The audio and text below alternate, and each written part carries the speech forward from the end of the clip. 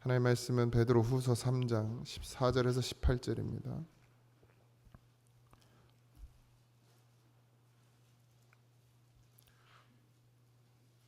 베드로후서 3장 14절에서 18절입니다.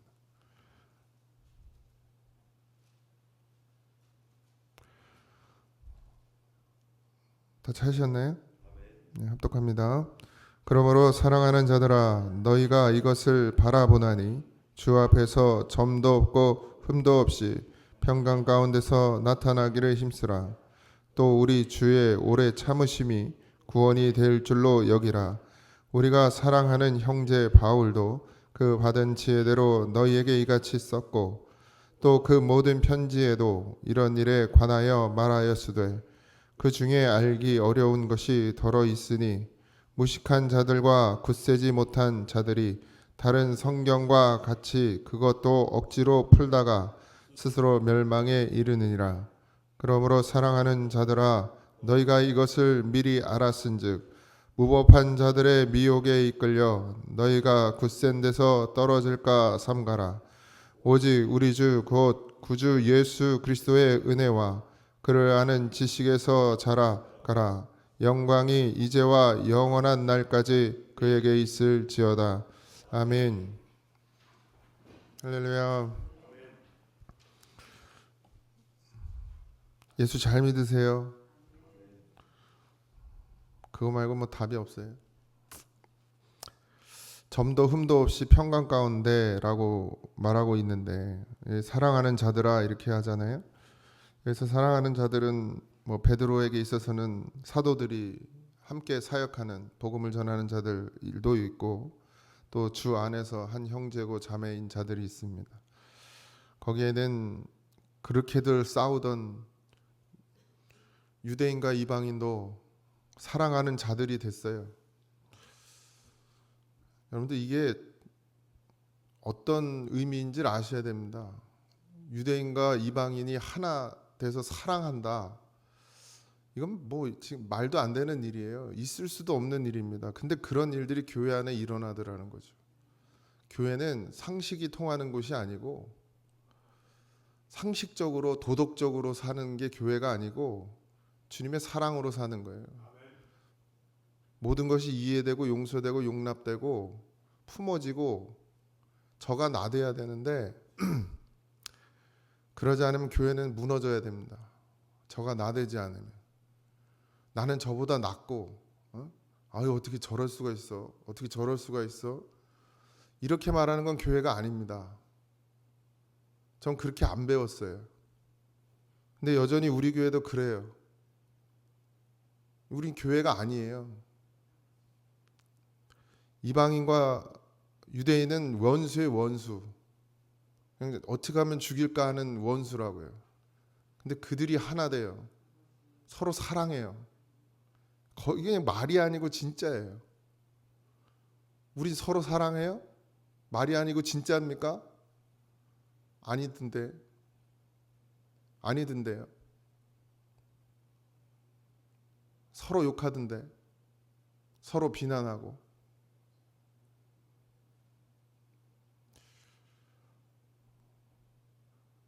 점도 없고 흠도 없이 평강 가운데 임하라. 이 말은 우리가 거룩해졌다는 얘기가 아니에요.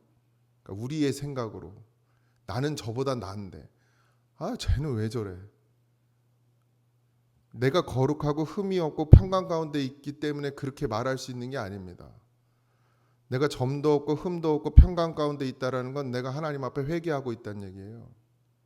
하나님은 우리를 언제 의롭게 보시느냐? 하나님 앞에 나는 죄인입니다 하고 엎드려질 때만 의롭게 보시는 거예요. 근데 여전히 내 입술에서 남을 비난하고 비방하고 이러쿵저러쿵 하면 거기에 무슨 점도 없고 흠도 없는 평강이 있습니까? 회개하는 자만, 하나님은 회개하는 자만, 예수 그리스도의 보혈로 씻김 받기를 원하는 자만 구원하십니다. 그게 믿음이에요. 서로 사랑하는 것. 믿음이 없이는 그렇게 할 수가 없습니다. 반드시 교회는 교회되어져야 합니다. 뭐 무슨 소리를 해도 소용없어요. 교회는 교회되어져야 돼요. 교회는 서로 사랑하는 거예요. 하나님을 사랑하고 서로를 사랑하고, 그게 교회예요.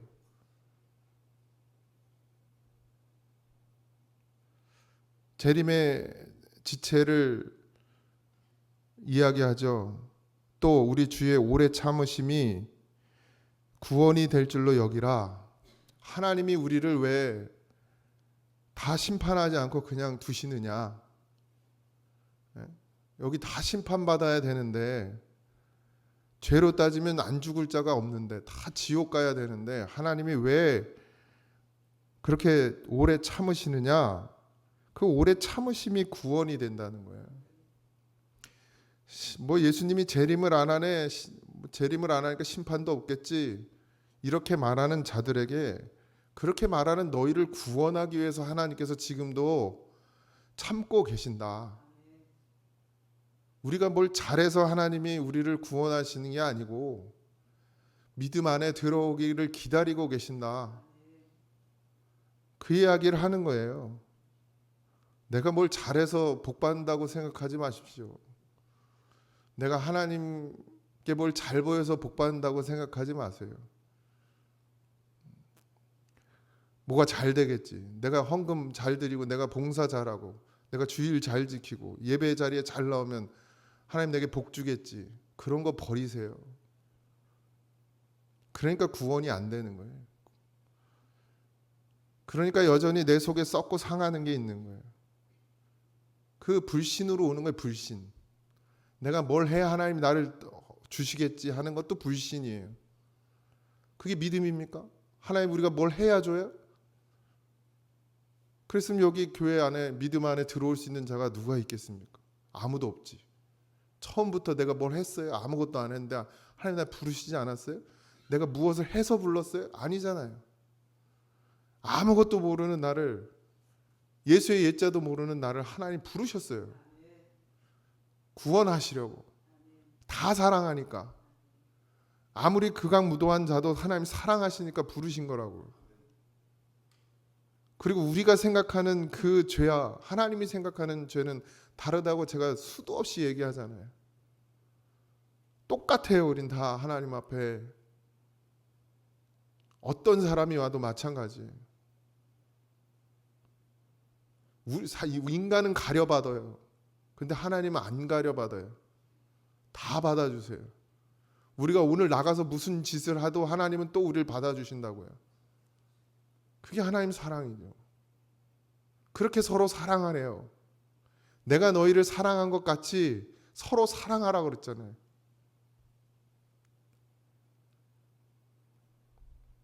하나님 우리 가려서 사랑했습니까? 그랬으면 여기 들어올 수 있는 사람이 누가 있습니까? 그렇게 서로 사랑한 것 같이, 하나님이 내가 너를 사랑한 것 같이 너를 다른 이를 사랑하라고요. 사랑하라고. 조건이 있는 게 아니에요. 요 안에 들어와야 되는 게 아니에요. 우리에게 어떤 사람이 와도 사랑해야 됩니다. 그가 또 무슨 죄를 진다 할지라도 사랑해야죠.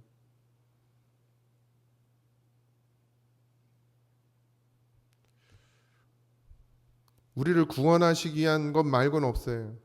바울도 같은 말을 썼다 이렇게 얘기합니다. 사도들은 늘 같은 마음이죠. 왜요? 성령이 인도하시니까. 성령이 인도하니까요. 바울은 다른 곳에 있고 베드로는 다른 곳에 있고, 바울은 예수님과 함께하지 않았던 자예요. 베드로는 예수님과 함께했던 자입니다. 그러나 뭐 별반 다르지 않습니다. 근데 성령, 예수님을 만나니까 어떻게 돼요? 그들이 같은 마음을 갖더라. 그 같은 마음이 뭐예요? 불쌍히 여기는 마음이죠. 영혼을 사랑하는 마음이에요. 그러니까 바울은 그 많은 욕을 먹으면서도 이방인들에게 복음을 전했고, 베드로도 처음엔 그게 불만이었어요. 바울의 그런 태도가. 근데 나중에 어떻게 해요?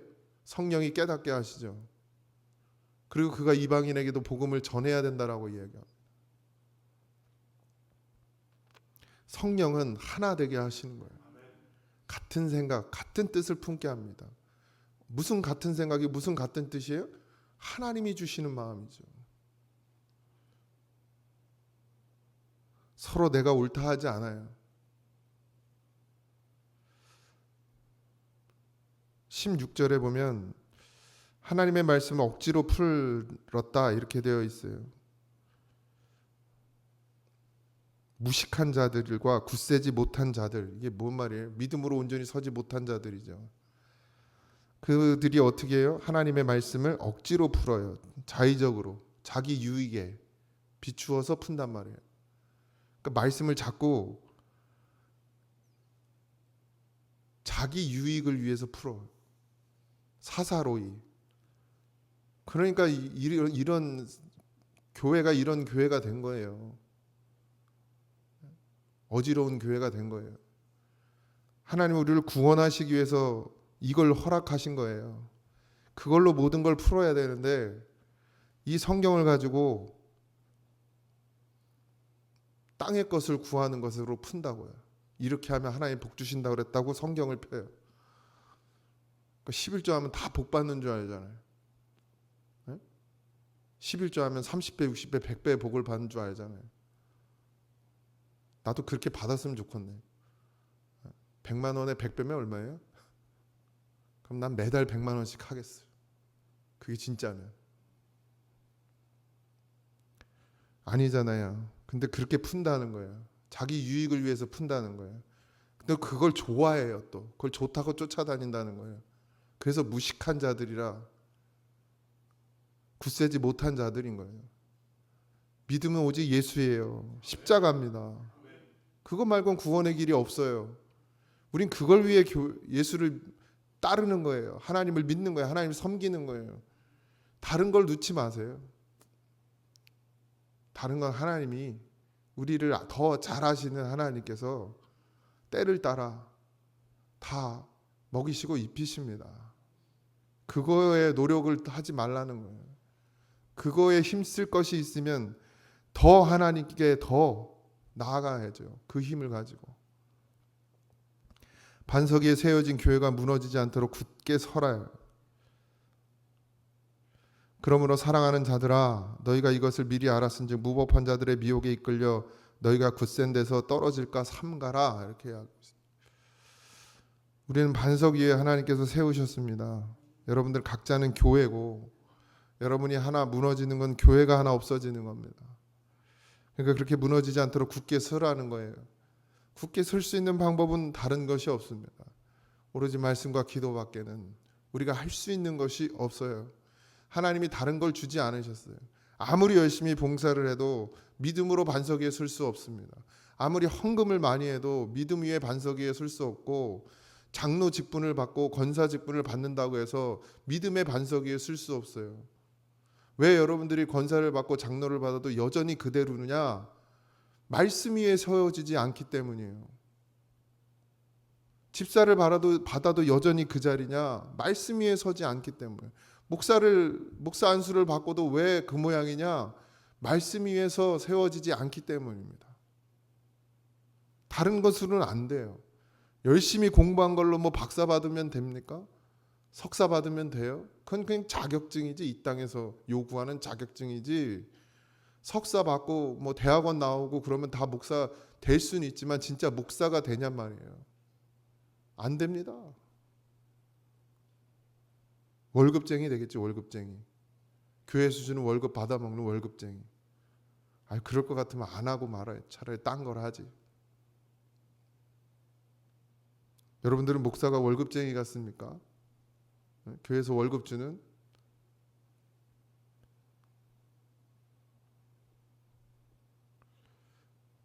(18절입니다) 거짓 가르침 오직 우리 곧 구주 예수 그리스도의 은혜와 그들이 아는 지식에서 자라가라 그랬어요.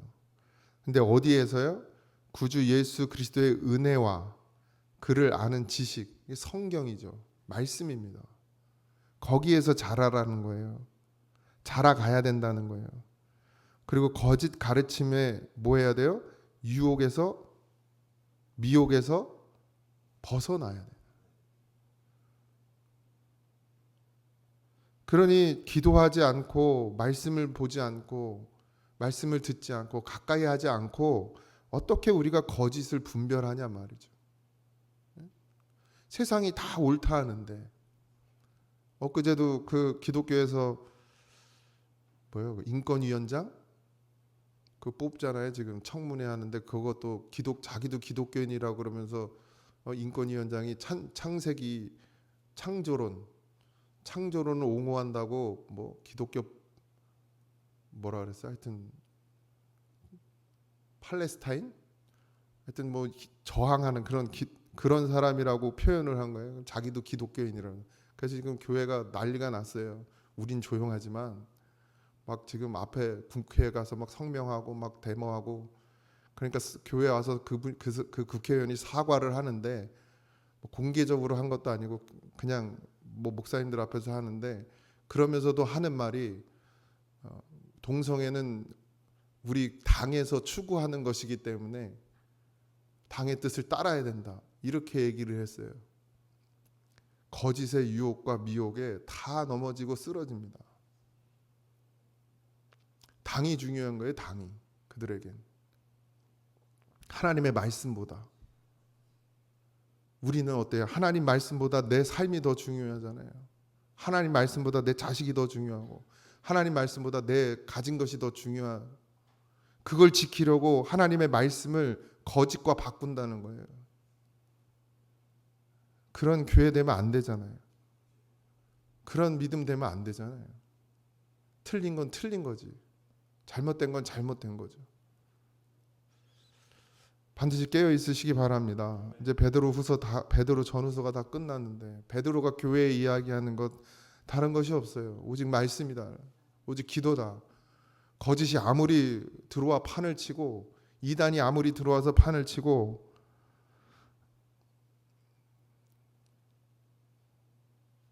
악한 것들이 아무리 그 안에 들어와 판을 치고, 세상에 살아가는 방법들이 교회 안에 들어와서 판을 쳐도 너희들의 믿음으로 굳게 서 있으면 교회는 세워진다. 그 믿음으로 굳게 설 수 있는 방법은 오직 말씀과 기도뿐이다.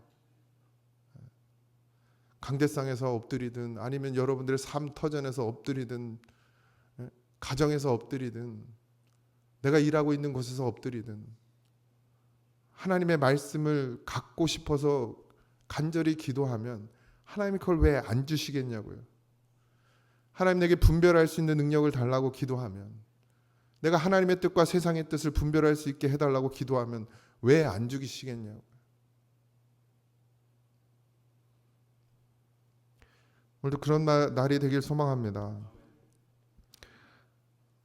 영원한 건 다른 것이 없어요. 하나님 것이 영원한 것이, 하나님이 우리에게 주신 것이 영원한 것이, 그게 생명이죠. 생명. 그거 말고 다른 것을 귀히 여길 필요도 없습니다. 뭐 분리해서 살자는 얘기가 아니에요. 세상 뭐 다 등지고 그냥 산에 가서 살자는 얘기가 아니에요. 내가 어디에 있든지 무엇을 하든지 내 마음 중심은 늘 하나님께 향해 있어야 된다는 것이죠. 그리고 분별이 안 되거든 기도해야죠. 말할 것이 아니고 말해야죠. 하나님께 물어야지. 하나님이 무엇을 원하시고 어떤 뜻을 원하시는지를 하나님께 물어야죠. 목사한테도 묻지 마세요. 목사도 거짓인데 뭐 목사한테 다 물어들라고 그래. 하나님 앞에 보세요. 하나님 앞에 간절히 구하면 반드시 주십니다. 엉뚱한 걸 구해서 그렇지 우리가 정말 하늘의 것을 구해보세요. 하나님이 안 부어주시나. 우리는 하나님의 뜻 안에 사는 백성입니다. 하나님이 부으셨고 하나님이 부르셨고 하나님 우리를 택하셨어요. 역시나 우리가 하나님 앞에 엎드려질 때 하나님은 우리를 흠 없는 어린 양으로 여겨주십니다. 그리고 우리를 또 하나님의 도구로 사용하실 수 있는 겁니다. 나를 내어드리고, 이 베드로의 고백처럼 사랑하는 자들이라 이렇게 표현합니다. 교회는 분명히 사랑이어야 하고 그것이 하나님의 뜻입니다. 우리가 예배를 드리는 것도, 우리가 하나님 앞에 나오는 것도 다 하나님을 사랑하고 하나님이 나를 사랑하신 것 같이 또 이웃을 사랑하기 위한 것입니다. 그러지 않으면 말씀이 내 삶 가운데 이루어질 수가 없어요. 미워할 사람 수도 없이 많고, 저주할 사람 수도 없이 많고, 욕할 사람 수도 없이 많지만 하나님은 그런 나를 사랑하셨어요. 그것이 답이에요. 오늘 하루도 그런 믿음이 되기를, 내가 누군가를 마음에 품고 기도할 수 있는 그런 그릇이 되게 해달라고, 그런 여러분들 되길 주님의 이름으로 축원드립니다. 기도하겠습니다. 하나님, 나를 얼마나 사랑하시는지, 하나님이 한 심령 얼마나 사랑하시는지 주무시지도 아니하시고 그렇게 우리를 구원하시려고 하나님께서 지금도 우리에게 사랑을 주심에, 아버지 하나님, 그 사랑이 어쩌면 너무 커서 우리가 느끼지도 보지도 못하는 것일지도 모릅니다. 주의 사랑을 알게 하여 주시옵소서. 나를 사랑하시고 구원하신 그 은혜가, 그 사랑이 얼마나 큰 것인지를 깨닫게 하시고, 자기를 볼 줄 아는 눈이 열려지게 하시고, 아버지 하나님, 늘 회개하는 심령으로, 엎드려지는 심령으로 거듭나게 하여 주옵소서. 이 교회가 반드시 하나님의 뜻으로 세워져야 될 교회임을 하나님 정말 고백하오니, 우리가 다 하나님의 뜻을 거스리고 거역해도 하나님 돌아가지 마시고 우리를 붙드시고 다시금 우리를 세우시고 하나님의 말씀으로 굳건하게 하여 주시옵소서. 늘 부족하고 연약하나 하나님이 우리를 포기하지 아니하시고 끝까지 붙드실 줄 믿습니다. 그 믿음에 반드시 주의 사랑으로 답하는 그런 성도가 되게 하여 주시옵시고, 주의 말씀처럼 믿음 위에 굳게 서서 주의 뜻을 이루어가는 그런 교회가 되고 성도가 되게 하여 주옵소서. 오늘 하루 삶도 주님께 맡깁니다. 언제 어디서나 어디에 있든지 주님과 함께 동행하는 삶이 되게 하시고 믿음을 고백하는 매 순간순간 되게 하여 주옵소서. 모든 것 감사하며 예수님의 이름으로 기도하옵나이다. 아멘. 하늘에 계신 우리 아버지여, 이름이 거룩히 여김을 받으시오며 나라의 임하옵시며 뜻이 하늘에서 이루어진 것 같이 땅에서도 이루어지이다. 오늘 우리에게 일용할 양식을 주옵시고 우리가 우리에게 죄진 자를 사하여 준 것 같이 우리 죄를 사하여 주옵시고 우리를 시험에 들게 하지 마옵시고 다만 악에서 구하옵소서. 내 나라와 권세와 영광이 아버지께 영원히 있사옵나이다. 아멘.